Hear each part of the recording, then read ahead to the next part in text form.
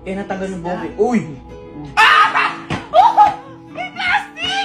So, kakakuha ko lang nung cake na pinagawa ko para kay Allen. Ayan, tingnan nyo.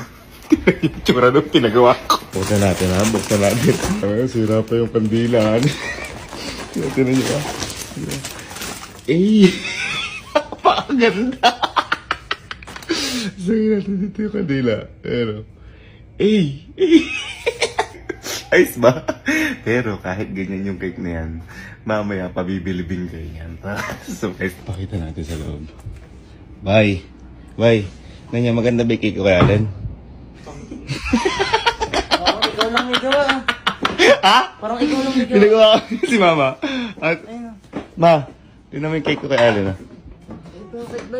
Ako yung bagyo. Ala pa may bagyo na bagyo na yung cake mo. Maganda ba?